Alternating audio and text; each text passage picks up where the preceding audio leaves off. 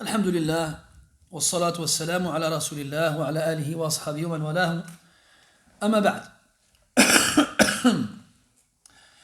Mes très chers frères, nous nous réunissons toujours dans cette 10e journée du mois de Rabi' al-Awwal 1443, c'est-à-dire le 16 octobre 2021. Nous allons commencer aujourd'hui une série de cours sur un sujet important qu'on va intituler l'introduction à l'école de l'imam Ahmad ibn Hanbal, rahimahullah ta'ala. Quand on parle d'introduction, c'est une sorte de présentation qui a pour but de permettre de connaître cette école juridique ainsi que ses particularités. Et bien entendu, il y aura d'autres choses générales qui porteront sur le fiqh de façon générale et notamment aussi la façon de faire des savants. Alors il faut savoir que ce sujet-là, le madakhil, donc les introductions, est un sujet qui est traité par les ulama, bien entendu. Nous ne faisons, comme on ne cesse de le répéter, que répéter. Et parmi les meilleurs livres qui ont été écrits à ce sujet, chez les Hanabila, il y en a deux. Un que vous pouvez trouver, je l'ai vu, je ne sais pas c'est qui là, on ne dit pas c'est qui là, on dit qui est-ce qui là. C'est Kiki, c'est horrible. Ou bien si tu connais quelqu'un qui s'appelle Kiki, tu dis c'est Kiki. Fais voir, s'il te plaît. Yes. Donc vous avez ce livre-là d'Ibn Badran. C'est la référence dans ce domaine-là. Al-Madkhal ila madhhab al-imam Ahmad ibn Hanbal, le Cheikh al-Allama Abdul Qadir ibn Badran al-Dimashqi rahmatullah alayh. Donc c'est un livre justement qui va servir essentiellement à tout ce que vous allez entendre prochainement. Tiens, Ilyas, jazakallahu khair. Donc, comme je le disais à Ilyas la dernière fois, tout bon Hanbali qui se respecte ne peut pas s'en passer. Donc, autant on est contre l'abus dans l'achat des livres, et je vous parle d'une chose, Wala yunabbi'uka mithlu khabir, dont j'ai été victime pendant des années. Et en même temps, il y a des livres indispensables dont l'étudiant ne peut pas se passer. Et parmi ces livres-là, celui-ci. Vous en avez un deuxième qui est tout aussi bon, mais extrêmement rare. Moi, je ne l'ai jamais trouvé, ce livre-là, dans une maktaba. C'est le Madkhal de Bakr Abu Zayd. Vous vous souvenez, tout à l'heure, on a parlé de Bakr Abu Zayd. C'était quoi le livre, Ilyas? Ahsant, Hilyatu Talib al-Ilm. Donc Bakr Abu Zayd, vous savez, on l'appelait comment lui? On l'appelait Ibn al-Qayyim Hada al-Zaman. Ibn al-Qayyim fi Hada al-Zaman. C'est un savant, rahimahullah ta'ala, qui a des écrits extraordinaires, magnifiques, qui nous font penser à ceux d'Ibn al-Qayyim. Dans la beauté et dans la dextérité, dans la précision et la pertinence des sujets qui sont traités dans ces livres. Et il y a de tout. Il y a des petits, des livres de poche, des missives, des épîtres, et il y a des mutawwalat. Et parmi les livres de poche, les livres mukhtasar, courts, al-hilya, dans le comportement de Talib al-Ilm. Donc il a un livre lui aussi, dans le Madkhal, donc une introduction à l'école de l'imam Ahmad rahimahullah ta'ala, qui, comme je vous l'ai dit, malheureusement, après si quelqu'un le trouve, je lui achète 2 fois son prix. Hein? Non, c'est bon.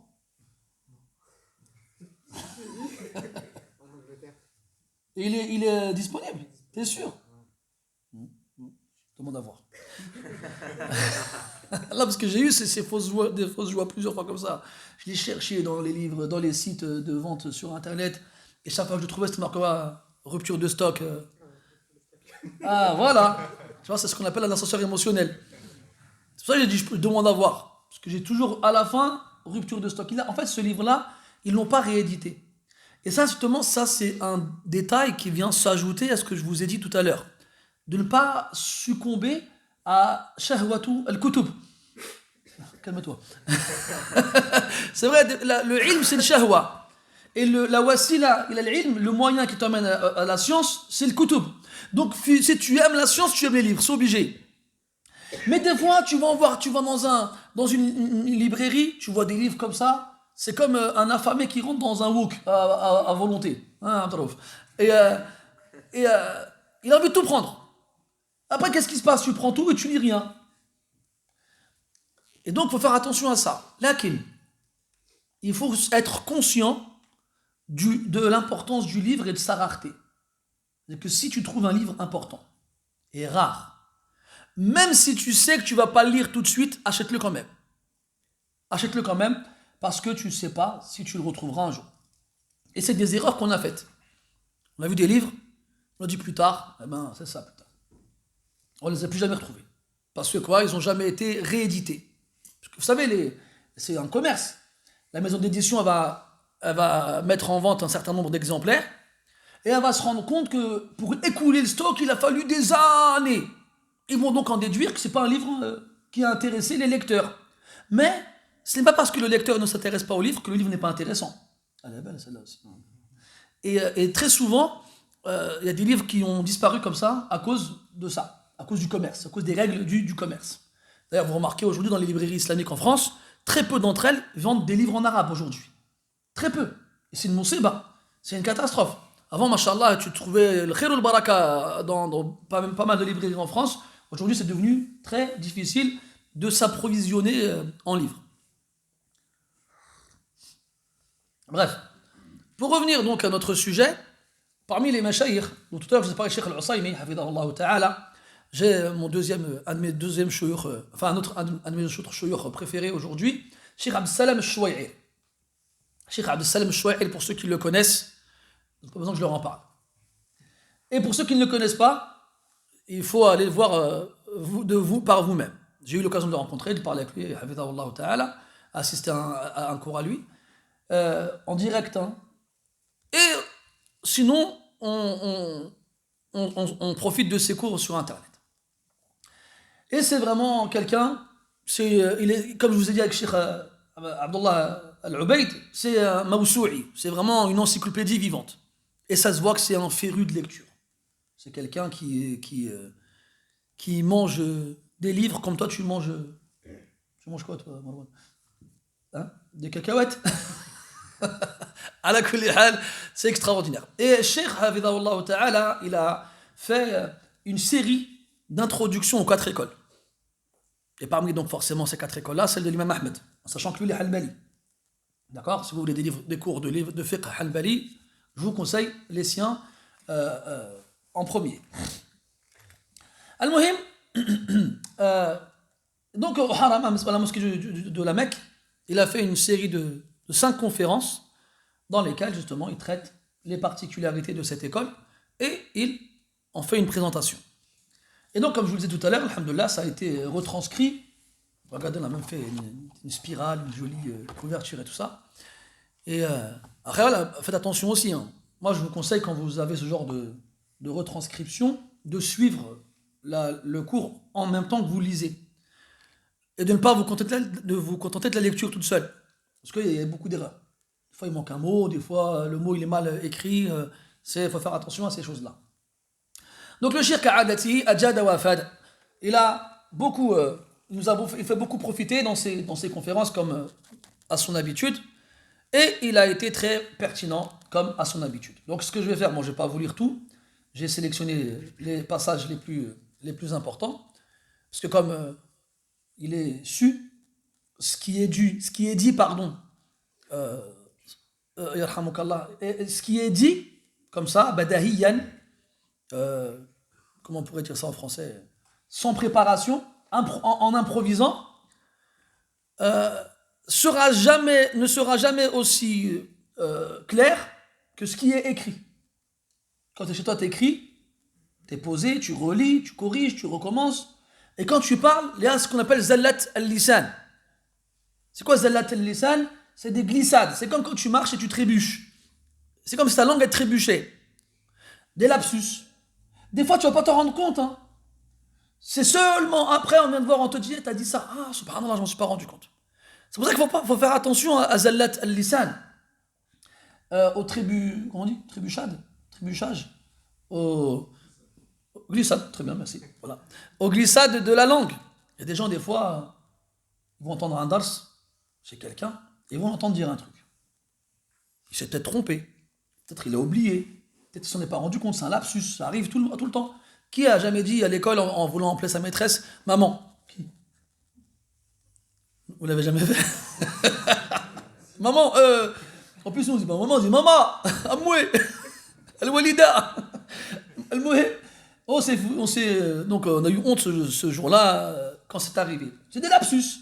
Donc toi tu es là en train de faire le dars, tu parles, tu dis beaucoup de choses. Après, notamment, si tu as tendance à mémoriser et à répéter, la mémoire, des fois, elle fait défaut, donc tu peux te tromper. Donc ne te précipite pas. Ne te précipite pas quand tu entends une erreur dans la bouche de quelqu'un, à juger sur lui que c'est quelqu'un à mettre de côté, ou bien il y a des erreurs, ou comme on entend beaucoup aujourd'hui. Ouais, il a dit ça. Ouais. Ala kulli hal, donc il faut faire attention. Ala kulli hal, donc c'est vraiment un moyen très efficace, qui nous a été, par la grâce d'Allah Ta'ala, mise à disposition, c'est tafrirat, c'est retranscription.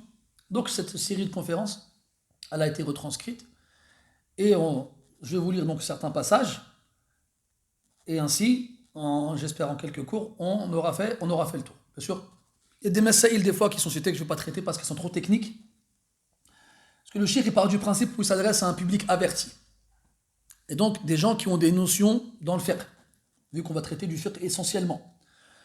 Et donc c'est pas la peine de rentrer dans le détail, vu que ce sont des choses qui, Inch'Allah Ta'ala, on aura l'occasion de voir par la suite dans le fiqh et dans Usul fiqh notamment. Donc je vais lire, et après Inch'Allah Ta'ala, je vous expliquerai. Donc je vous passe la muqaddima ila akhirih. قال حفظه الله تعالى: فقد روينا في الأثر فيما روى البيهقي في المدخل عن ابن عباس رضي الله عنهما أن النبي صلى الله عليه وسلم قال: اختلاف أمتي رحمة. وهذا الحديث مع اتفاق أهل العلم على أنه ليس له إسناد قد وصلنا صحيح، إلا أن أهل العلم يقرون بصحة معناه. لذلك فإن الإمام أحمد رحمه الله لما ذكر له رجل أنه قد ألف كتابا في الاختلاف بين أهل العلم قال: وأسميته كتاب الاختلاف. قال: لا، وإنما سمه بكتاب الرحمة. ولذلك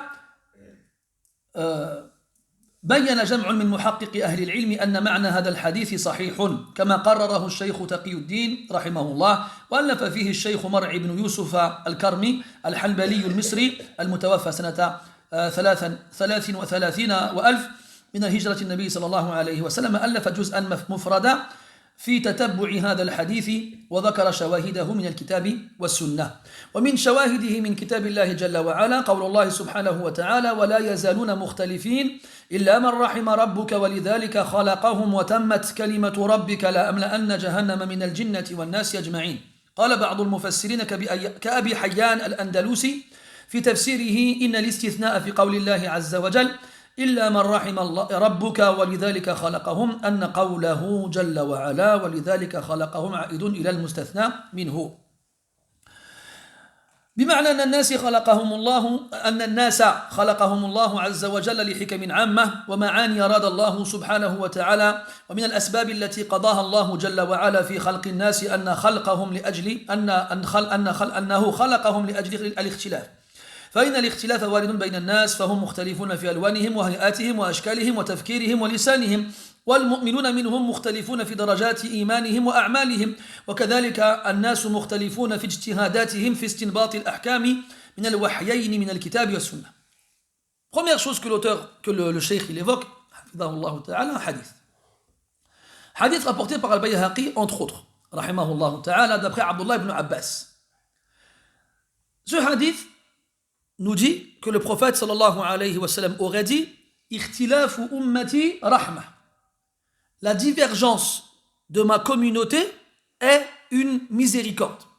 Je ne sais pas trop comment ça se passe aujourd'hui dans le rang des gens qui suivent la sunna, mais je sais que à l'époque, il y a une vingtaine d'années, la première chose qu'on nous disait, c'est que ce hadith-là était daïf, faible, et qu'il ne fallait surtout pas le prendre en compte. Quand ils me disent qu'il est daïf, c'est vrai. C'est-à-dire que de toutes les versions qui nous sont parvenues de ce hadith, aucune d'entre elles n'est authentique. Elles sont toutes faibles. Cependant, les savants reconnaissent la validité de son sens. Ils sont d'accord pour dire que son sens, il est correct. Même s'ils reconnaissent que ces voies de transmission sont faibles. Et ça, on en a déjà parlé ensemble, que la faiblesse d'un texte ne signifie pas que le sens, la faiblesse d'une narration ne signifie pas que le sens du texte est à rejeter. Là, on en reparlera par la suite, Inch'Allah ta'ala. Il y a un homme qui est venu voir l'imam Ahmad, rahimahullah ta'ala.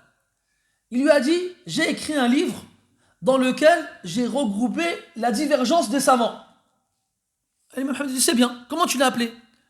Il dit, je l'ai appelé Kitab al-Ikhtilaf, le livre de la divergence. Il lui a dit, non, appelle-le plutôt Kitab al-Rahmah, le livre de la miséricorde.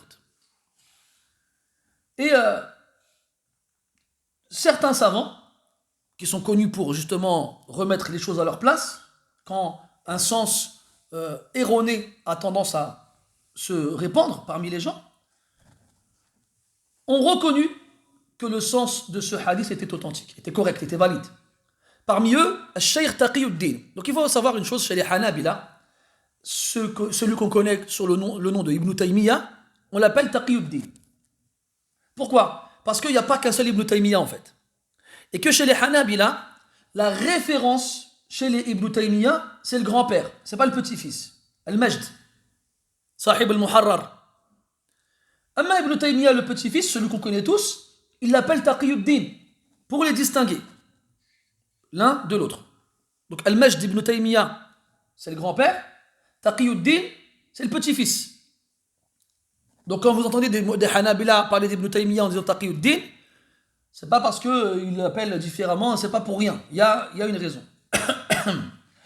Et on a aussi Sheikh Mar'ik al-Karmi, qui est aussi un Hanbali connu chez les Muta'akhirin, dans les dernières générations des savants de l'école, qui était égyptien.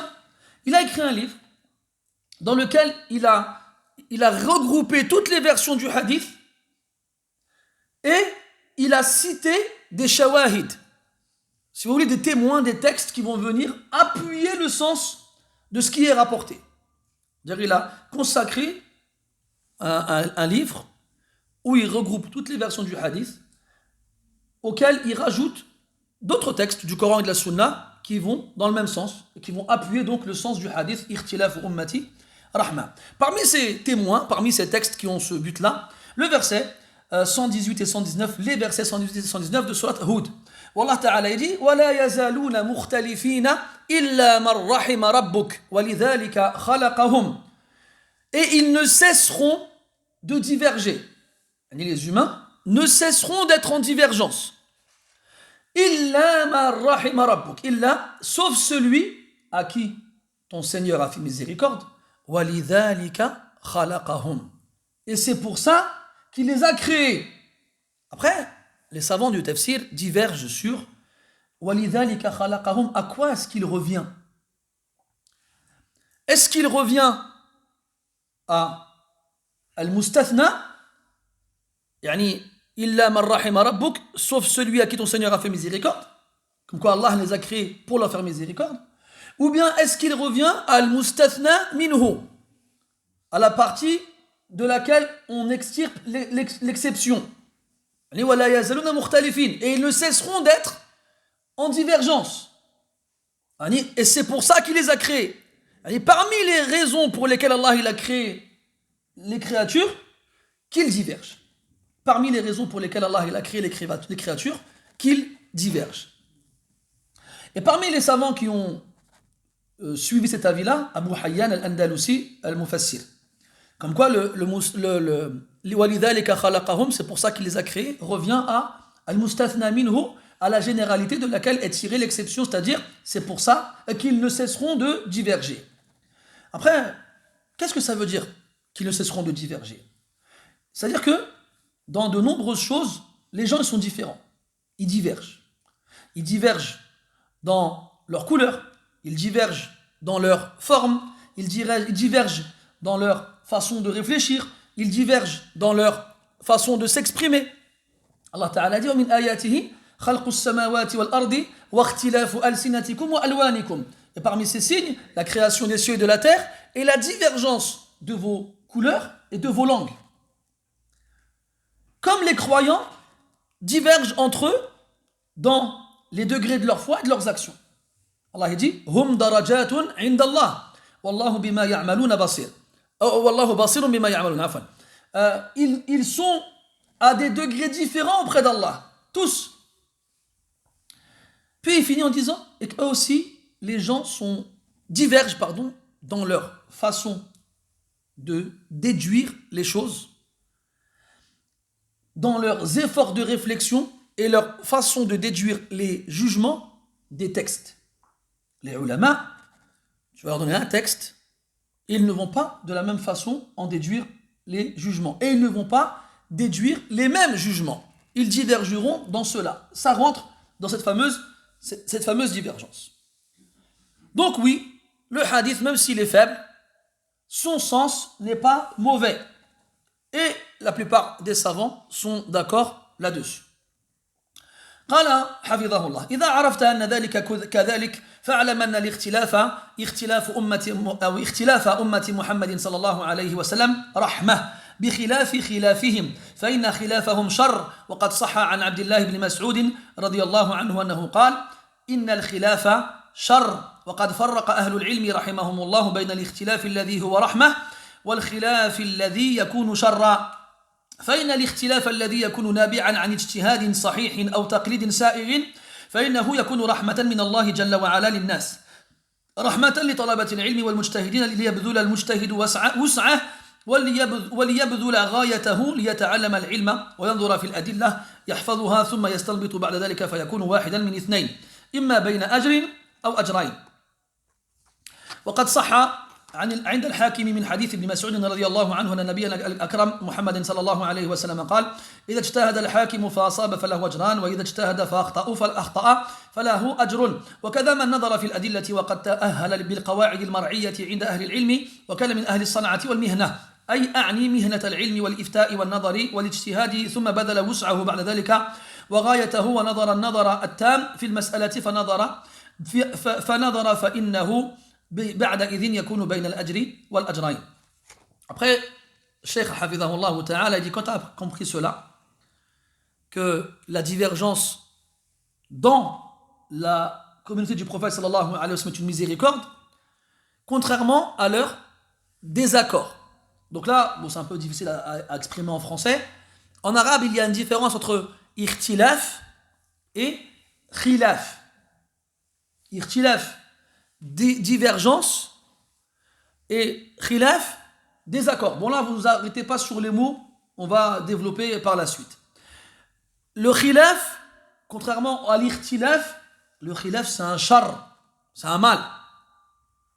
Contrairement à l'ikhtilaf qui, elle, est une rahma, une miséricorde. Il a été rapporté, d'après Abdullah ibn Mas'ud radiyallahu anhu, qu'il a dit al-khilafu char. Le khilaf c'est un mal. Et il est important de recontextualiser cette parole.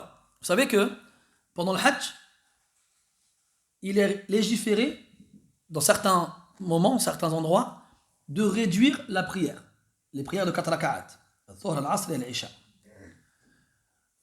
Et Uthman ibn Affan, radiyallahu anhu, quand il était calife, il a fait un ijtihad. Et il avait conclu que la raison pour laquelle le prophète avait réduit la prière pendant le Hajj, c'est parce qu'il était en voyage. Comme lui, il était à Mecca, il ne se considérait pas comme voyageur, alors il a fait la prière complètement. Et les Sahaba, qui priaient avec lui pendant le Hajj, le suivaient dans la prière. Alors ils ont été voir Abdullah ibn Mas'ud, radiyallahu anhu, ils lui ont dit, qu'est-ce que tu penses de ce que Uthman y fait? Il a dit, il s'est trompé. Il s'est trompé dans son ijtihad. Ils ont dit, mais pourquoi tu le suis alors? Il a répondu, al-khilaf, char. Que le désaccord, c'est pire que de se tromper dans un ijtihad. Que moi, je me mette de côté et que je prie tout seul en suivant la sunna et que je laisse l'imam et les musulmans dans leur coin, je vais créer une scission, une cassure, une division, et c'est pire que de se tromper dans un avis juridique. Ça, c'est une hikmah azima jiddan, c'est une sagesse énorme. C'est comme des fois, tu viens à la mosquée, tu as des frères, Allahu anna wa anhum, ils arrivent à la mosquée, ils sortent leur... bon, à l'époque, c'était des montres. Tu l'as vu, la Casio qui montrait la Qibla? Personne l'a vu ici? Si. Tu l'as vu? Tu l'as pas vu, Khaled, toi, celle-là? Tu l'as pas vu, Abdelaouf? Bon, à l'époque, tu l'avais, t'étais bien à la mosquée, tu vois. C'est là-bas, tu faisais comme ça, tu vois. Donc, le premier outil qu'on avait utilisé, nous, pour la Qibla, c'était une montre. Donc, je me rappelle, début des années 2000, une Casio avec la fonction Qibla. Et donc, à l'époque, tu venais à la mosquée, tu appuyais sur le bouton, Allah al-Musta'an. La mosquée n'est pas dans la bonne Qibla. Aujourd'hui, c'est le téléphone. Et t'as des frères, le rang, tu sais, dans la mosquée, les gens, ils mettent des tapis avec des traits, ou bien ils les font avec du scotch. Et lui, tout seul, il est comme ça. Tout le monde est comme ça, et lui, tout seul, il est comme ça. Je dis, le rang, c'est comme ça la Qibla. C'est comme ça la Qibla. Ou bien l'autre qui vient, il dit, c'est pas la bonne heure de soupe, il prie tout seul dans son coin, et puis il part. Tout ça, c'est une mauvaise façon de faire. Et ça te montre l'ignorance de la personne qui croit que parce qu'il a de la science, il a tout compris et les autres, ils n'ont pas compris. Ala kulli hal. Donc, Abdullah ibn Mas'ud, radiyallahu anhu, il a dit Al-khilaf shar, la division, le désaccord, la scission, c'est pire que de se mettre, que de suivre l'imam dans la prière. Donc les savants, ils ont fait une différence entre l'irtilaf, qui est une rahma, qui est une miséricorde, et le khilaf, qui est un mal. Déjà, dans le sens où l'irtilaf, la divergence, c'est une rahma, c'est lorsque il jaillit, sa source, c'est un ijtihad sahih.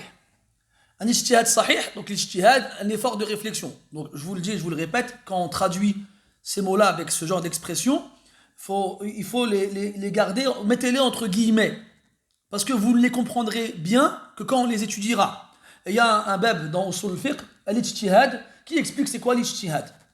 Mais on part du principe où c'est un effort de réflexion, une aptitude intellectuelle à déduire les jugements des textes. Voilà, c'est ça, si tu veux, le sens de l'ijtihad. Et j'aimerais bien que ce genre de mots-là reste en arabe. On arrête de les traduire à longueur de temps. Ijtihad, ça reste un ijtihad. Et si vous avez mal compris encore ou mal cerné le sens, ne vous inquiétez pas, chaque chose viendra en son temps. Donc lorsque cette divergence est issue d'un ijtihad sahih, d'un ijtihad valide, d'un effort de réflexion valide, ça nous fait comprendre quoi ça? Qu'il y a plusieurs types d'ijtihad. Des ijtihad sahih et d'autres qui ne le sont pas. Quand est-ce que l'ijtihad n'est pas sahih? Quand les conditions de l'ijtihad ne sont pas réunies. Et on verra bien sûr, Inch'Allah ta'ala, quelles sont les conditions prochainement. Donc soit un ijtihad sahih, soit un taqlid sa'ir, c'est-à-dire une imitation permise. Et ça on verra aussi que dans les gens, il n'y a que deux choses. Le mujtahid et le muqallid. Il y a celui qui est capable de déduire les jugements des textes et celui qui ne l'est pas.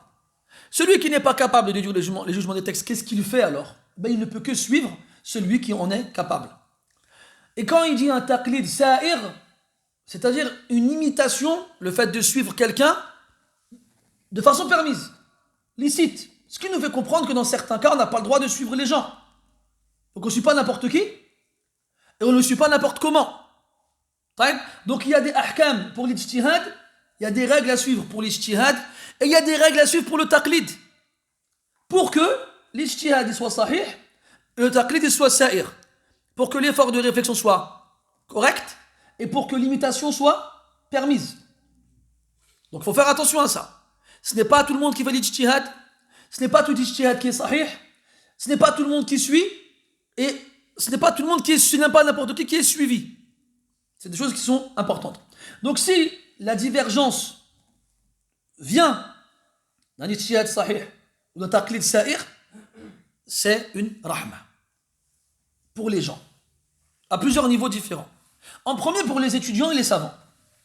Ceux qui vont justement fournir ces efforts intellectuels comme ils le peuvent, à leur maximum, dans le but de déduire des textes les jugements. pour apprendre la science et pour analyser les textes. An-nadar fil adilla. Tu vois les termes que les savants emploient, ils n'ont pas dit le qira'a, la lecture. An-nadar. Et nadara fi بمعنى نظر مقرون بتأمل. Quand on dit nadara fi, on avait déjà vu ça dans le tafsir, le verbe nadara aura un sens différent en fonction de la préposition qui lui servira de transition. D'accord? On a trois sens. Nadara hu, quand il est muta'addin bi nafsihi.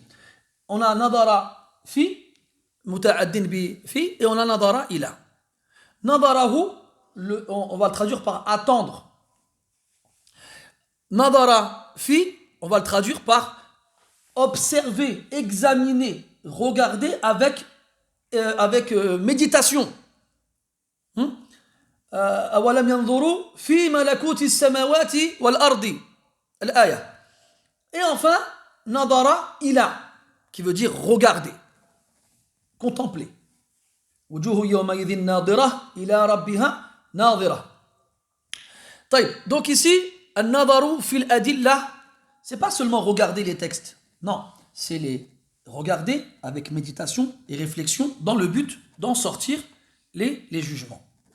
Et ça, c'est des choses qui sont accessibles qu'aux étudiants et aux savants. Et quand on parle des étudiants, on parle des étudiants à un certain niveau, bien sûr, et surtout pas aux débutants. Donc, les savants, les étudiants confirmés, ils vont fournir des efforts intellectuels proportionnels à leur capacité qui leur permettra d'étudier les textes et d'en déduire les jugements. Et ainsi, ils seront soit bénéficiaires d'une récompense ou de deux récompenses. Soit ils auront une récompense, soit ils en auront deux. Conformément au hadith rapporté par Al-Hakim d'après Abdullah ibn Mas'ud radiyallahu anhu, dans lequel le prophète sallallahu alayhi wa sallam il dit إِذَا اجْتَهَدَ الْحَاكِمُ, lorsque le juge fournit un effort de réflexion, fait un ijtihad, فَأَصَابَ, et qu'il a bon dans son effort de réflexion, فَلَهُ أَجْرَانِ, il a deux récompenses. Une récompense pour l'effort fourni et une récompense pour avoir trouvé la bonne réponse. Et s'il fait un effort de réflexion et qu'il se trompe, il n'aura alors qu'une récompense. Le fait de se tromper ne va pas le priver de la récompense parce qu'il aura quand même fourni l'effort. Il y a un hadith où le prophète sallallahu alayhi wa sallam الماهر بالقرآن مع السفرة الكرام البررة والذي يقرأ القرآن ويتتعتع فيه وهو عليه شاق له أجران. Dit celui qui lit le Coran avec aisance et maîtrise sera avec les anges scribes et nobles مع السفرة الكرام البررة, les anges scribes, ceux qui écrivent, et nobles. والذي يقرأ القرآن ويتتعتع فيه وهو عليه شاق, et celui qui lit le Coran en bégayant, en hésitant, tata'ta'a, et pour qui c'est difficile, il aura deux récompenses. Il aura deux récompenses. Donc le hadith d'Ibn Mas'ud qu'on vient de voir nous fait comprendre que celui qui fait l'effort de réflexion et trouve la bonne réponse, il a deux récompenses. Donc il est meilleur que l'autre qui se trompe et qui n'a qu'une seule récompense. Est-ce que notre hadith ici, avec la lecture du Coran, il faut le comprendre de la même façon? Est-ce que celui qui lit le Coran avec difficulté, en bégayant, pour qui c'est difficile, il a donc deux récompenses? Est-ce qu'on va comprendre qu'il est meilleur que le premier? Là. Parce que la récompense du premier, elle est supérieure aux deux récompenses données au second. Le second, quelles sont ces deux récompenses? Une récompense pour l'effort fourni et une récompense pour la lecture. C'est quoi la récompense pour la lecture? Bikulli harfin hasana wal hasanatu bi'ashri amthaliha. Pour chaque lettre, une bonne action, et chaque bonne action sera multipliée par 10. Ça, c'est deux récompenses. Donc Allah Ta'ala, il récompense ton effort, même si l'effort en question ne donne pas de résultat. Comme dans le hadith qu'on a vu ensemble la dernière fois, le hadith d'Abi Dhar, D'ailleurs, on le reverra plus tard, Inch'Allah. Man salaka sabilan yaltamisu fihi ilman, sahala Allahu lahu bihi tariqan ila al-jannah. Quiconque entreprend un chemin dans la recherche d'une science, Allah lui facilitera par ce biais-là une voie vers le paradis. Donc le simple fait de mettre ton pied dedans te fait mériter la récompense. Et le prophète dit à Aïcha radiyallahu anha, inna ajraki biqadri nasabik. Ta récompense sera proportionnelle à ta fatigue. Donc fatigue-toi et fournis des efforts. Et bi'idnillahi ta'ala, tu ne seras pas déçu de la récompense qu'Allah te donnera. Quand bien même tu n'as pas réussi. Quand bien même tu n'as pas réussi. Un exemple. Quelqu'un il se réveille le matin, il dit aujourd'hui je vais jeûner. Siyam tatawwu'. Commence à jeûner, la journée elle passe, il a mal au ventre, il est passé devant un poulet qui lui a fait des clins d'œil, et il voit les gens autour de lui en train de manger, en train de mâcher, en train de mastiquer. Il dit, oh là, j'ai trop faim. Alors il dit, vas-y, khayr inshallah. Il a le droit déjà de couper son jeûne ou pas lui? Il a le droit, Elias? C'est pas Hamza? C'est pas un jeûne obligatoire. C'est pas un jeûne obligatoire. Il a le droit. Il a le droit. قال النبي صلى الله عليه وسلم المتطوع أمير نفسه إن شاء صام وإن شاء أفطر. Le bénévole, celui qui fait les choses de lui-même, est son propre chef. S'il veut, il jeûne. S'il veut, il rompt son jeûne. Donc s'il veut, il rompt son jeûne. Taïb. Eh bien, même s'il a rompu son jeûne, le fait qu'il ait fourni un effort, même si le jeûne n'est pas complet, il sera récompensé pour l'effort qu'il a fourni, comme bien même celui-ci ne serait pas total. Et garde en tête cette qaïda chez les ulama, ma la yudraku kulluhu la yutraku julluhu. Ce qu'on ne peut pas faire entièrement ne doit pas être délaissé totalement. Fais ce que tu peux, fattaqullaha mastata'tum. Et les muwaffaqoun, ceux à qui Allah accorde la réussite, ce sont ceux qui cherchent le ajr dans tout ce qu'ils font. Et comme ils disaient les ulama aussi, an-niyyah tijaratul ulama. L'intention, c'est le commerce bénéfique des savants. Ils mettent la niyyah dans tout. Même si ils ne le font pas.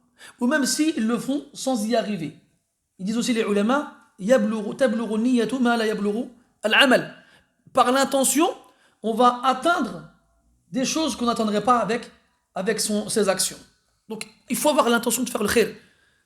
Il faut avoir l'intention d'en faire le plus possible, le maximum. Et il faut essayer. Parce que la récompense de l'intention, elle est la récompense de l'effort. Vous connaissez le hadith إذا التقى المسلمان بسيفيهما فالقاتل والمقتول في النار قالوا يا رسول الله ذاك القاتل فما بال المقتول قال إنه كان حريصا على قتل صاحبه. صلى الله عليه وسلم, lorsque deux musulmans se croisent, se rencontrent, croisent le fer de leurs épées, le tué et le tueur sont en enfer. Les sahaba radiyallahu anhum se disent subhanallah, le tueur, d'accord, mais pourquoi le tuer? Il irait en enfer. Prophète a répondu parce qu'il était autant décidé que son frère à le tuer. Donc parce qu'il a fourni l'effort après avoir eu l'intention, il aura ce qu'il mérite comme punition. Pareil dans le khayr, pareil dans le bien. Le pauvre qui voit le riche dépenser son argent dans le khayr, faire des sadaqat, et il dit ya layta li mala fulan fa tasaddaqa bihi kama tasaddaq. Si seulement j'avais autant d'argent qu'un tel, j'aurais fait l'aumône avec comme il l'a fait. فَهُوَ بِنِيَّتِهِ فَهُمَا فِي الْأَجْرِ سَوَاء. Alors il sera tel que son intention, et ils seront tous les deux dans la récompense égaux. Celui qui a donné et celui qui n'a pas donné. Mais المهم باب النية, on en reparlera dans القواعد الفقهية إن شاء الله تعالى. إذن celui, on revient à l'ijtihad, qui fait la niya, qui fait l'ijtihad et qui trouve la bonne réponse, il aura deux récompenses. Et celui qui se trompe, par contre, il n'aura qu'une récompense. Il est récompensé pour l'effort fourni et son erreur est pardonnée. Son erreur, elle est pardonnée. Et bien entendu, le hakim ici, auquel le prophète sallallahu alayhi wa sallam fait référence, c'est celui qui ta'ahal, qui a les compétences, qui a les aptitudes, qui les a acquises après une formation, qui a fait partie, qui fait partie à la suite de cette formation-là, des gens de la profession. Ahli as-san'a. D'accord? As-san'a, la profession, elle a des partisans. Comme un artisan, comme un menuisier, comme n'importe quel métier manuel qui nécessite formation, expérience et autres. Tu peux dire à la fin, lui, c'est un artisan. Tu reconnais le mot art dans le mot artisan. Ça devient un art fi'lan. Et il n'y a que celui qui ne connaît pas ce travail qui le dénigrera. Un exemple, le pâtissier. C'est la mode aujourd'hui, tout le monde aime faire des gâteaux et tout ça. Moi, j'aime les manger, je ne sais pas les faire et je n'essaie pas de les faire. Le fait est que il n'y a que le pâtissier qui fait des vrais gâteaux, qui sait c'est quoi faire un gâteau. C'est de la chimie en vrai, la cuisine. C'est mélanger différents ingrédients pour trouver le meilleur goût. Je me rappelle un frère que je connais, que j'aime beaucoup, il voulait faire un fraisier. Et ce frère, il s'y connaît en pâtisserie. Donc il a regardé les ingrédients et tout ça, puis il a vu que dans les ingrédients, il mettait de la gélatine. Mais lui, il ne voulait pas mettre de gélatine. Alors il a cherché un substitut. Et à cause de ce substitut-là, peut-être je dis n'importe quoi, peut-être là, mais bon, il a dû refaire le gâteau plusieurs fois parce que les couches ne tenaient pas, je ne sais plus quoi. Et moi j'ai vu ça, j'ai mis, à la fin le goût c'est le même. C'est pas grave s'il ne tient pas le gâteau. Non, il faut que le gâteau il soit et à l'esthétique en plus du goût. C'est là que tu vois le profane, il n'a pas son mot à dire. Tu te rends compte? Dans la pâtisserie, tu n'as pas ton mot à dire. Qu'est-ce que tu vas dire? Tu vas avoir ton mot à dire dans l'ilm. Tu les as vus les épisodes? Allez, dis la vérité, tu les as vus les émissions, là, le meilleur pâtissier? T'as vu comment ils se prennent la tête pour faire un son là? Non, laisse tomber, j'ai cassé des œufs, ou bien j'ai fait tomber mon truc, ou bien ça marche pas, ou bien je sais pas quoi. Et pour un gâteau, il pleure à la fin parce que le gâteau il tient pas, il s'écroule à la fin, ou bien il a mis trop de pâte, ou trop de je sais pas quoi. Là. Donc, Ahlus San'a, ceux qui maîtrisent la profession, ce sont les seuls concernés par le texte. Ce sont eux, quand ils vont faire un ijtihad et avoir la bonne réponse, qui auront de récompense. Ou bien quand ils feront un ijtihad et qu'ils se tromperont, leur erreur sera pardonnée et leur effort sera récompensé. On verra par la suite que celui qui fait un ijtihad et qui n'est pas digne de le faire, eh bien même si il trouve la bonne réponse, par coïncidence, il n'est pas récompensé. Au contraire, il a un péché. Il a un péché. Pourquoi? Parce qu'il s'est permis de faire une chose qui ne lui correspond pas, qui ne lui revient pas. قال حفظه الله كما أن هذا الاختلاف في أمة محمد صلى الله عليه وسلم رحمة بعد ذلك للناس فلربما صار المرء بأحد هذه الأقوال بناء على نظر أو تقليد أو حاجة أو ضرورة ونحو ذلك فيكون في ذلك مصلحة عامة والتفصيل في كون الخلاف رحمة ليس هذا محله. Après il dit aussi que si la divergence c'est une miséricorde pour les ulama et les étudiants dans leur façon d'étudier les textes et de déduire les jugements, comme quoi ils ne vont pas tous comprendre la même chose, et ils ne vont pas tous avoir les mêmes conclusions, mais ils vont comprendre les choses différemment. Tout à l'heure, quand on a parlé du hadith, le dernier hadith de Bukhari, et la raison pour laquelle Al-Bukhari aurait cité ce hadith à la fin, il est venu me voir après, il m'a donné une autre explication qui a été donnée par un autre savant, ou le même savant, comme quoi des fois justement, les savants ils vont réfléchir. Regarde sur quoi ils se creusent la tête. Ils vont lire Sahih al-Bukhari. Toi, tu arrives à la fin, tu dis ouais, c'est bon, j'ai fini le Bukhari, je suis super content, j'ai fait un salto arrière. Mais le truc, c'est que eux, non. Ils n'ont pas seulement cette joie d'avoir lu un livre entièrement comme Sahih al-Bukhari, non. Ils vont se demander pourquoi al-Bukhari, il a choisi ce hadith comme dernier hadith. Pourquoi? Parce que le Bukhari, il n'a pas expliqué lui, j'ai mis ce hadith-là pour cette raison. Il a laissé aux gens après lui le soin de découvrir cette raison. Et c'est là que l'ikhtilaf il prend tout son sens, c'est parce que chaque savant qui va réfléchir sur cette raison, il va apporter une raison extraordinaire. Et quand tu vas comparer que la réponse que je t'ai donnée, c'est une réponse parmi tant d'autres, c'est pas la seule, quand tu vas comparer ces différentes réponses, chacune va t'apporter quelque chose de supplémentaire. Donc c'est une rahma dans le sens où cette science-là, elle nous est parvenue de différentes façons sur le même point. Donc ça, c'est une des formes de la rahma. Et elle est aussi une rahma pour les gens de façon générale. Les gens de façon générale, dans leur pratique, comme on le verra par la suite aussi, Inch'Allah ta'ala. Donc il y a un intérêt général dans cette divergence pour les savants, les étudiants et pour les gens de la communauté en général. Après, il dit que le fait de développer ce principe comme quoi la divergence est une miséricorde, c'est pas dans ce cours-là qu'on le fera, mais on le fera dans un autre cours. ثم قال حفظه الله وإنما الشر هو الخلاف إذ الزيادة في المبنى زيادة في المعنى الخلاف كله شر فكل من جعل هذا الاختلاف بين فقهاء المسلمين سببا للعصبية في الدين وتقديم كلام آحاد الناس على كلام رب العالمين وما أوحاه لرسوله سيد الأولين والآخرين محمد صلى الله عليه وسلم فإن معرفته للخلاف شر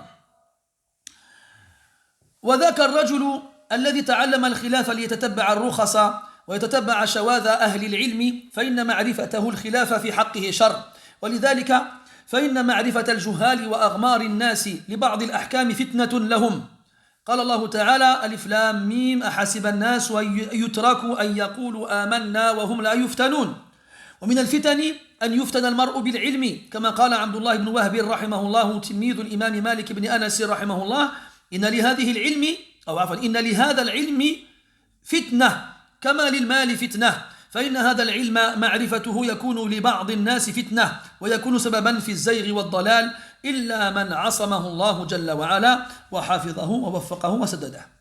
Là, il revient au fait que le khilaf soit un mal. Ikhtilaf, miséricorde. Khilaf, mal. Il dit, qaïda qu'on répète souvent aussi, az-ziyadatu fil mabna, ziyadatun fil ma'na. Le rajout dans la base du mot implique un rajout dans son sens. Khilaf, c'est le masdar du verbe khalafa. Ikhtilaf, on lui a rajouté le ta et le alif, c'est le masdar du verbe ikhtalafa. D'accord? Donc on a rajouté au verbe 2 lettres. Ou plutôt le alif qui est peu à sa place. Khalafa il a 4 lettres et ikhtalafa il en a 5. Donc forcément, si on rajoute au verbe une lettre, eh bien, ça veut dire qu'on lui rajoute un sens et qu'ils n'ont donc plus le même sens. Et donc on comprend de cela que le mot khilaf et que le mot ikhtilaf n'ont pas le même sens. Al-khilaf, donc khalafa, on trouve dans le Coran. Allah tabaraka wa ta'ala dit فَلْيَحْذَرِ الَّذِينَ يُخَالِفُونَ عَنْ أَمْرِهِ أَنْ تُصِيبَهُمْ فِتْنَةٌ أَوْ يُصِيبَهُمْ عَذَابٌ أَلِيمٌ. Que ceux qui s'opposent, parce que al-mukhalafa, le verbe khalafa, il a 2 masdar. Mukhalafa et khilaf, l'opposition. Que ceux qui s'opposent à son ordre, et ici l'ordre c'est celui du prophète sallallahu alayhi wa sallam, que ceux qui s'opposent à son ordre prennent garde à ce qu'ils ne soient touchés par une fitna, une tentation, une épreuve, une punition, ou qu'ils soient touchés par un châtiment douloureux. Donc ici, khalafa, c'est l'opposition, s'opposer à l'ordre d'Allah tabaraka wa ta'ala et à l'ordre de son messager alayhi as-salatu was-salam. Donc, quand on parle de khilaf, c'est une divergence dont le but est de s'opposer. D'accord? Une divergence dont le but est l'opposition. Et dans ce sens-là, le khilaf est un mal total et ne sera point une miséricorde. Toute personne qui se sert de la divergence qui existe entre les musulmans dans le but de fanatisme religieux ou dans le but de mettre en avant la parole de certaines personnes face à celle d'Allah subhanahu wa ta'ala et ce qui a été révélé à son messager alayhi salatu wassalam, eh bien le fait de connaître la divergence pour lui, c'est un char. Celui qui va connaître la divergence dans le but de s'opposer à la parole d'Allah et de son messager, dans le but de confirmer ou de prouver ou d'appuyer son fanatisme religieux, dans le but de mettre en avant les paroles d'une personne devant celles d'un autre, ça, pour lui, connaître la divergence, c'est un mal. Connaître la divergence, c'est un mal. Donc, à ce moment-là, qu'est-ce qui va différencier le khilaf de l'ikhtilaf? C'est les raisons pour lesquelles tu vas l'étudier, cette divergence-là. Si la raison, elle est noble, et que tu en es digne, alors ce sera une rahma, ce sera une miséricorde. Si la raison, elle est vile, et que tu n'es pas digne, alors ce sera un khilaf, et ce sera un mal. Parmi les raisons aussi qui font que connaître la divergence pour les gens est un mal, pour certaines personnes, c'est celui qui le fait dans le but de rechercher les permissions. Tatabbu'u ar-rukhas, les permissions, et aussi rechercher les avis isolés et marginaux chez les savants. Dans l'ilm, il y a ce qui est mashhour, ce qui est connu, ce qui est célèbre et répandu. Et dans la science, il existe des avis isolés, des avis marginaux, des avis minoritaires, qui, avec le temps, ont été délaissés. Un exemple, dans le madhab hanbali, il y a une riwaya chez l'imam Ahmad rahimahullah ta'ala qui tolère que la femme dirige la prière devant l'homme dans la prière surrogatoire de Tarawih. Cet avis-là, il existe. Et avec le temps, il a été délaissé par les Hanabila. Je ne parle pas des autres écoles. Il a été délaissé complètement. On ne le retrouve plus chez les mutaakhirin. On ne le retrouve plus dans les dernières générations. Il a été délaissé. Donc, tous les savants auront des avis marginaux, des avis isolés, au milieu de leurs avis, bien sûr, généraux. Il y a des gens, qu'est-ce qu'ils vont faire? Ils vont aller chercher dans les livres les avis marginaux, les avis isolés. Dans quel but? Dans le but de s'accorder des permissions. J'ai le droit, Flan il a autorisé. Oh, mais c'est un qawl shadh. Ouais, mais c'est un qawl, il existe. Il y a un khilaf rahma. Non. Pour toi, c'est pas un rahma à ce moment-là. C'est un char. Parce que tu vas te servir de cette fameuse divergence dans un but mauvais. Dans un but vil. Alors, ce sera pour toi un mal. Et là, Cheikh dit une chose pertinente. Il dit que le fait de donner accès aux ignorants à certaines divergences, ça peut être une fitna pour eux, une tentation. Allah dit dans le Coran, Alif Lam Mim, les gens croient-ils qu'on les laissera parce qu'ils ont dit nous croyons alors qu'ils ne seront pas éprouvés? Effectivement, des fois, la personne, on va lui parler d'une divergence, il va dire ah, subhanallah. Et ça sera une fitna pour lui. Abdullah ibn Wahb, rahmatullah alayh, l'élève de l'imam Malik, rahmatullah alayh, il disait inna li hadha al-ilmi fitnatan. Cette science, elle a une tentation. Elle est en elle-même une tentation. Et elle a une tentation. Comme l'argent est une tentation pour les gens.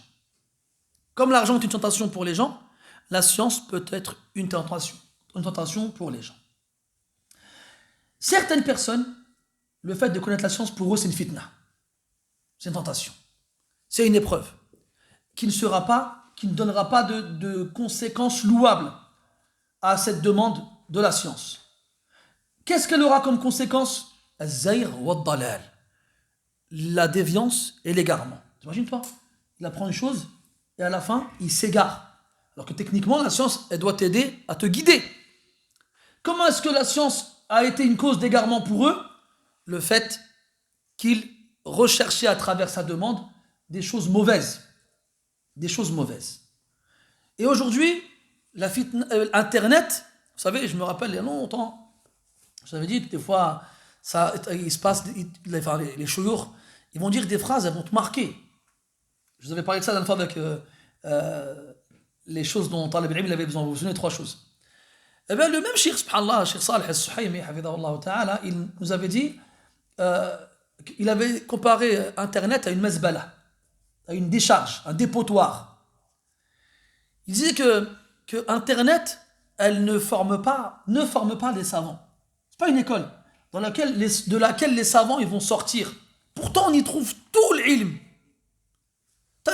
Tu veux du ilm, t'as les doros vidéo, les doros audio, t'as les kutub en PDF, t'as tout ce que tu veux. Le ilm, il y est à profusion. Voilà. Même si la science sur Internet, sa quantité est immense, elle ne reste qu'une goutte d'eau dans l'océan d'ordures, pardon, qui compose Internet. Et Allah Ta'ala nous a dit que dans Al-Khamr, il y avait des intérêts pour les gens et aussi un péché. Et le péché est plus grand que l'intérêt. Donc rien que pour ça, on a mis de côté l'intérêt, on l'a jeté et on l'a interdit. Eh bien, pareil pour Internet en fait. Parce que, en plus du fait qu'on trouve des ordures dans ce dépotoir, cette décharge, eh bien, la science, elle est accessible à tout le monde. Avant, la science n'était pas accessible à tout le monde. On ne la prenait que de la bouche des savants. Qatada, rahimahullah ta'ala, il disait كان العلم شريفا يؤخذ من أفواه الرجال فلما دخل الكتب أخذه من ليس أهلا له أو كما قال رحمه الله تعالى. Qatada, rahmatullah ibn Da'amat as-Sadusi, rahmatullah alayhi, disait la science avant, elle était noble. On ne la prenait que de la bouche des hommes. Il n'y avait pas d'autre moyen que ça. Et lorsqu'elle est rentrée dans les livres, ceux qui n'en étaient pas dignes l'ont prise aussi. Qu'est-ce qu'on doit dire d'Internet alors, billah alaykoum? T'es chez toi, tu vois, je vais regarder un dars. Tu mets le dars que tu veux, le shir que tu veux, le sujet que tu veux. Après, le shir, lui, quand il fait son dars, il n'est pas... lui, il se dit que les gens qui vont écouter mon dars, c'est des tollab ilm, c'est des étudiants. Donc, il s'adresse à eux avec un certain langage, une langue. Mais aujourd'hui, il n'y a plus que les étudiants qui écoutent ces doros. Il y a aussi tout le monde et n'importe qui. Il y a le boucher, le cordonnier, le menuisier, le plombier, et ainsi de suite. N'importe qui peut avoir accès à la science. Alors il est là.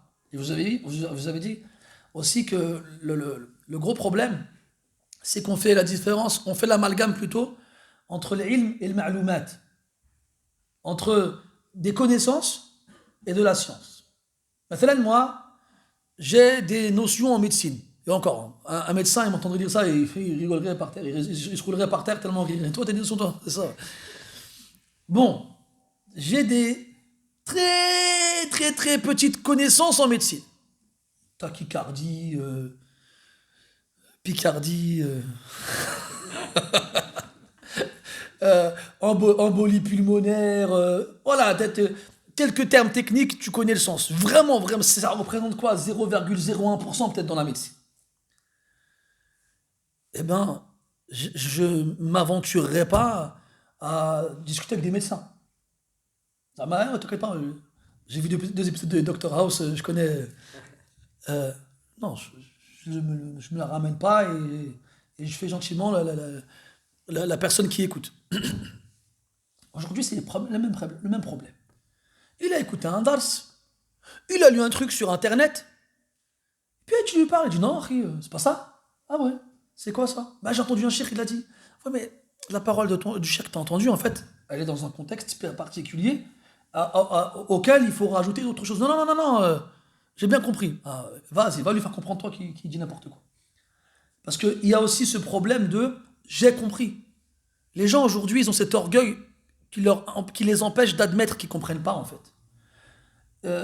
Tout le monde, depuis toujours, personne n'accepte de dire qu'il est ignorant. Ali radiallahu anhu, comme le rapporte Ibn Hibban al-Busi dans l'Awdatul Uqala, il dit Kafa bil ilmi sharafan an yadda'iyahu man laysa indah. Wa kafa bil jahli dhamman an yatabarra'a minhu man huwa fihi. Voilà, ils disaient des choses extraordinaires, les savants, les salafs. Ils disaient, il suffit à la science comme vertu, comme honneur, que la prétende celui qui ne l'a pas. Et il suffit à l'ignorance comme reproche que celui qui l'a s'en désavoue. Il dit non, moi je ne l'ai pas, je ne suis pas ignorant. C'est dur de dire je ne sais pas. Parce que ton œuf ici, il ne veut pas reconnaître ce manque, ce tort. Alors, il se tord pour ne pas reconnaître son tort. Et il le tortue, comme disait la tortue.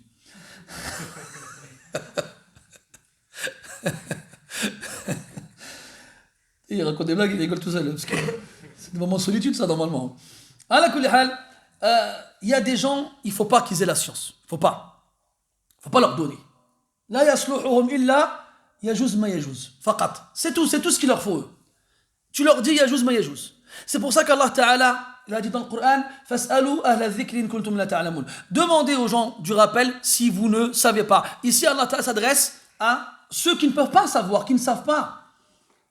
Et quand on nous répétait ce verset à longueur de temps, Qul hatu burhanakum in kuntum sadiqin. Donnez vos preuves si vous êtes véridiques. Ça s'adresse pas à tout le monde, ça. Ça s'adresse au alim, pour lequel le taqlid est interdit, pour lequel le suivi aveugle est interdit. Amma le ammi, qu'est-ce qu'il va faire avec un dalil billah alik? Qu'est-ce qu'il va faire avec? Il vient te voir, il te dit, c'est quoi la base de manger de l'hippopotame? C'est quoi le jugement? Je dis, yajouz. C'est quoi le dalil? Istishabul asl. Hein? C'est quoi ça, istishabul asl? Laisse tomber, cherche pas à savoir. Et c'est ça le problème. C'est parce que nous, on croit que le dalil, c'est que kitab sunnah, c'est beaucoup plus large que ça. Et si tu n'as pas de connaissance du dalil, qu'est-ce que tu vas faire avec un dalil? Qu'est-ce que tu vas faire avec? Une fois, il y a quelqu'un qui m'a demandé, je ne sais plus quoi, je lui ai répondu, il m'a dit quoi de dalil? Je lui ai dit, Awradahu Dailami fi Musnad al-Firdaws. Hein? Tu connais ton Musnad al-Firdaws? Tu connais Dailami? Pourquoi tu demandes, Akhi? Et quand bien même tu connaîtrais, tu vas chercher dans le livre, Zama, tu vas les trouver dans le livre, tu vas trouver. Arrêtez. Restons à notre place. Le ammi, qui n'a pas de science, il demande à celui qui a de la science. Il lui dit yajouz, il lui dit ma yajouz, yakfi, ça lui suffit. Ya ikhwani, wallahi, qu'on a trouvé des paroles d'imam chez les salafs. Ils ont dit Ja'altu bayni wa bayna Allahi al-imam Ahmada hujjatan. T'imagines toi? Des imams, ils ont dit j'ai mis entre moi et Allah le jour de la résurrection comme argument l'imam Ahmed. Quand il va me dire pourquoi t'as fait ça? J'ai dit l'imam Ahmed il m'a dit. Pourquoi t'as pas fait ça? L'imam Ahmed il m'a dit. Des imams ils ont dit ça ya akhi. Des gens qui connaissaient des milliers de hadiths par cœur, ils connaissaient le Coran sur le bout des doigts. Toi tu viens, alif, ba et encore? Tu dis non, akhi dalil. Là, ya akhwani.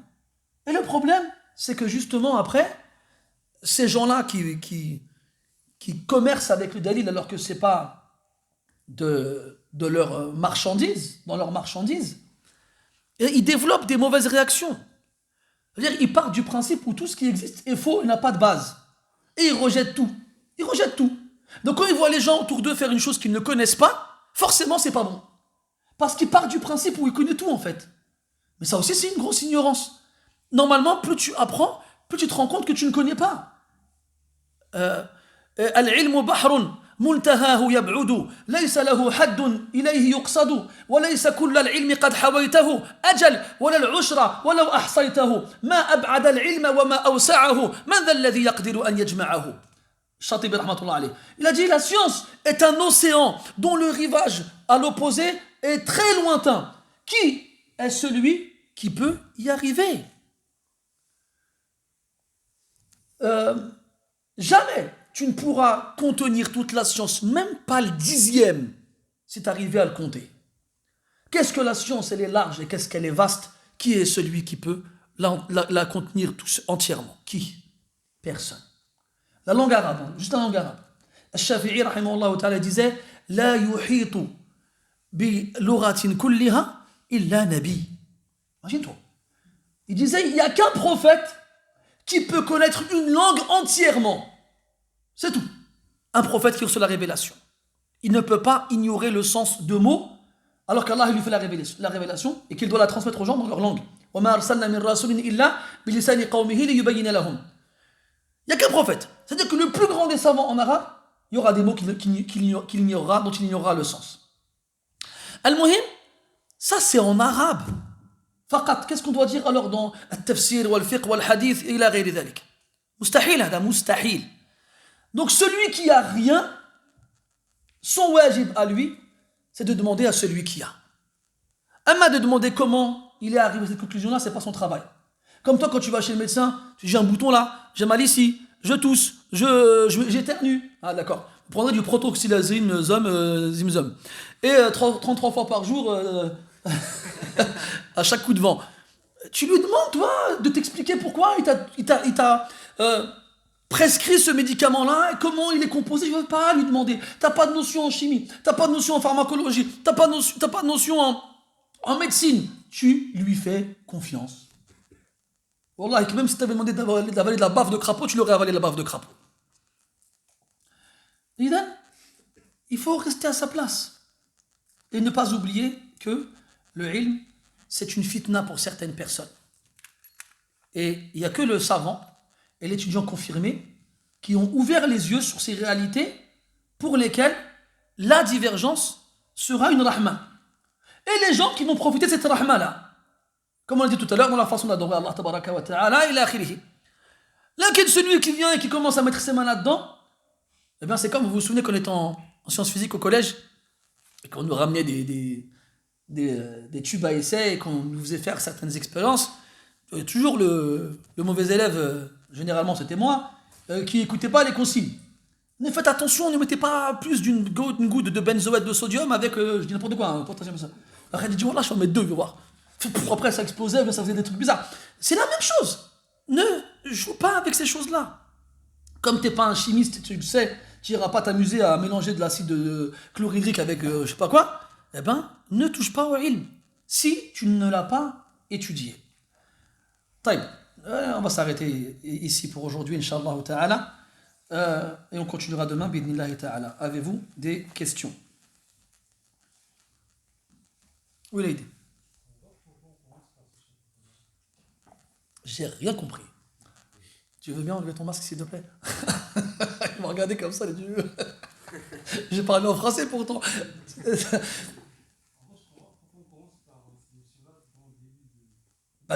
Tu vas comprendre. Bon, moi, je me suis étalé dans les détails. Mais pourquoi on commence par ces notions-là dans les débuts de l'introduction à l'école juridique? C'est pour te faire comprendre pourquoi les écoles juridiques, elles existent. Ces écoles juridiques, elles existent à cause de l'existence d'une divergence. Et on te fait comprendre que la divergence, elle est une miséricorde dans certaines circonstances.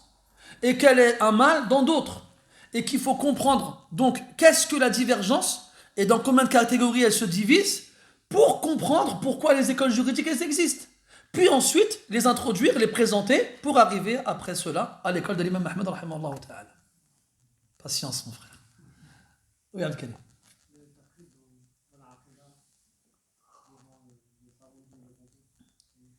Pareil, j'ai compris la moitié. Ah, c'est obligatoire. Comme le reste. On sait que l'Asha'ira pour eux c'est interdit, mais il est obligatoire pour le musulman de suivre les salafs, les prédécesseurs, dans leur aqidah. Et c'est ce que les savants ont toujours fait depuis toujours. Génération après génération. Si le alim, il suit le salaf dans sa aqidah, l'ignorant, encore plus. On va lui demander de prendre le Coran tout seul et de suivre. C'est impossible. C'est impossible. Et il faut être conscient de l'absurdité de cet avis-là qui interdit à tous les musulmans de suivre quelqu'un dans la croyance. Qu'est-ce que ça sous-entend en fait? C'est quoi le lawazim de ce qawl-là en fait? Qu'il aille lui-même décortiquer le Coran et la sunna entièrement pour construire sa aqidah, wallah, une vie ne suffira pas. Et même ceux qui ont dit des paroles de ce genre-là, comme Jouaini et d'autres, alors, à la fin de leur vie, quand ils ont passé leur temps à chercher, qu'est-ce qu'ils ont dit? Laytana mitna ala aqaidi ou ala aqidatina ajaizi Naysabur. C'est seulement nous étions morts sur la aqidah des vieilles femmes de Naysabur. Des dames, toute leur vie, elles ont eu la même aqidah. On leur a dit, crois en Allah comme ça, c'est tout. Et la base de ça, elle est dans le Coran. فَإِنْ آمَنُوا بِمِثْلِ مَا آمَنْتُمْ بِهِ فَقَدْ اهْتَدَوْا. طيب ولكن هذا باب آخر, on en reparlera dans l'aqidah un autre jour, Inch'Allah ta'ala. Oui. Aïwa.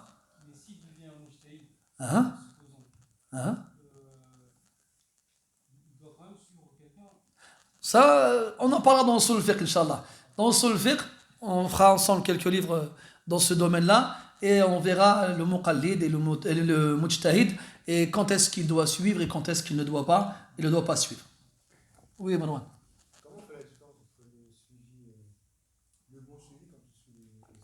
Hein?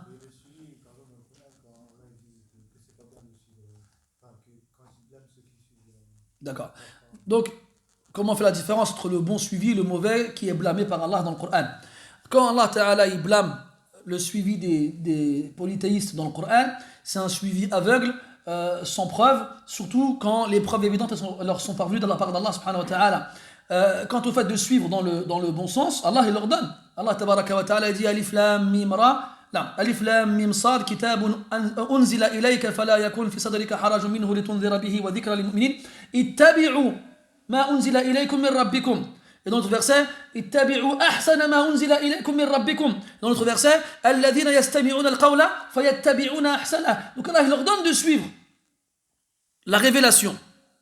Et il blâme les associateurs qui restent accrochés fermement à leur superstition, à leurs croyances erronées, alors que la révélation leur est parvenue avec un prophète qui leur récite la parole d'Allah Ta'ala en direct. Donc celui qui suit ses superstitions, ses croyances, son ignorance, sans aucune science, sans aucune clairvoyance, alors qu'il a les preuves évidentes devant lui, c'est à lui qu'on fait référence dans le blâme évoqué dans le Coran. Quant à celui qui suit les gens de confiance, les gens, comment dirais-je, qui ont de l'expérience et qui ont de la science, bien entendu, c'est celui-là qu'il faut suivre. خلاص طيب سبحانك اللهم وبحمدك اشهد ان لا اله الا انت نستغفرك ونتوب اليك وصلى الله على نبينا محمد وعلى اله واصحابه اجمعين والحمد لله رب العالمين وبارك الله فيكم.